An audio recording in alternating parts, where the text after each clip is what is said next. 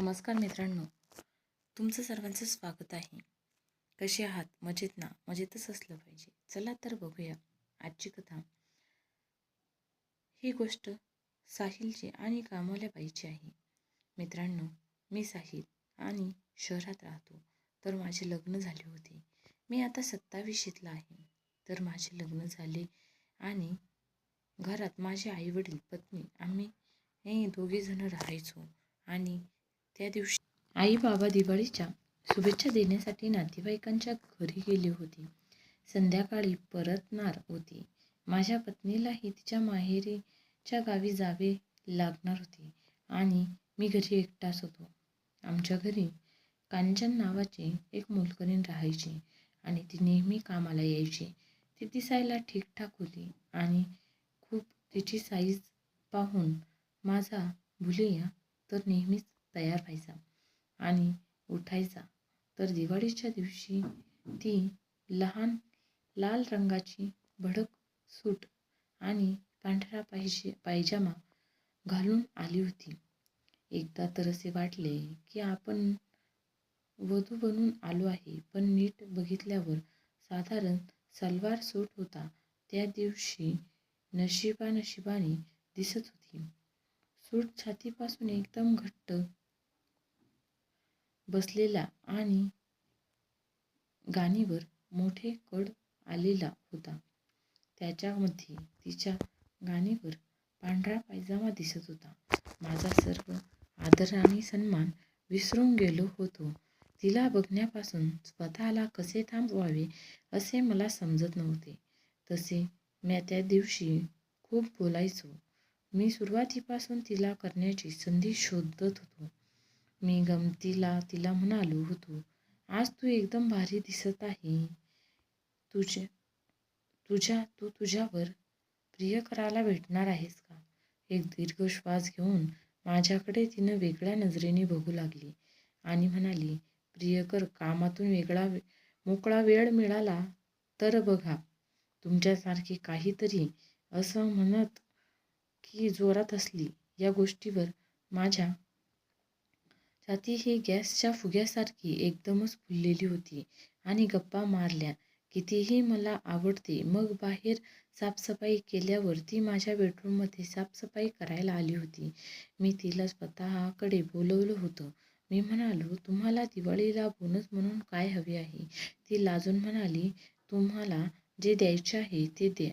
मी आता थांबू शकलो नाही आणि मी तिच्या गालावर थोपटले आणि म्हणालो, मी तुला इतकं प्रेम देऊ शकतो की लाजून ती उठली आणि पळू लागली. म्हणून मी तिचा हात धरला, तिला ओढलं आणि त्यावेळी तिला थेट माझ्या मांडीवर बसवलं आणि तिची गाणी माझ्या कबुतरावर आली. तेव्हा मऊ गादीसारख्या गाणीचा स्पर्श मिळाल्यावर कबूतर पूर्णपणे चकचकीत होऊ लागला होता. तिला जाऊन चावायचे होते. मी पुन्हा तिच्या गालावर हलकेसे किस केले आणि हळूहळू करत तिच्या मानेवर मी किस करायला सुरुवात करू लागलो आणि तिच्या हातात तिचे समोरच हाताने दाबले. आता मला तिच्या दोन्ही आंब्याच्या आणि घनाचा स्पर्श होत होता. म्हणून मला कबूतर लगेच धक्के देऊ लागलं होतं आणि माझा कबूतर तिच्या बुकीवर आदळत असल्याची भावना तिलाही जाणवत असल्याने असे मला वाटू लागले होते. ती पुन्हा उठायचा प्रयत्न करू लागली होती. मी म्हणालो, काय झालं? असं प्रेम नको का? तिच्या चेहऱ्यावर लाल पडला होता. तरी ती म्हणाली, असे मिळाले तर दिवाळी नक्की साजरी होईल. समोरच्या हाताने तिचे आंबे दाबत मी म्हणालो, मग उशीर काय आहे? मला तुझीच पाहिजे असे म्हणत मी तिच्या वर चुंबनांचा वर्षाव चालू केला.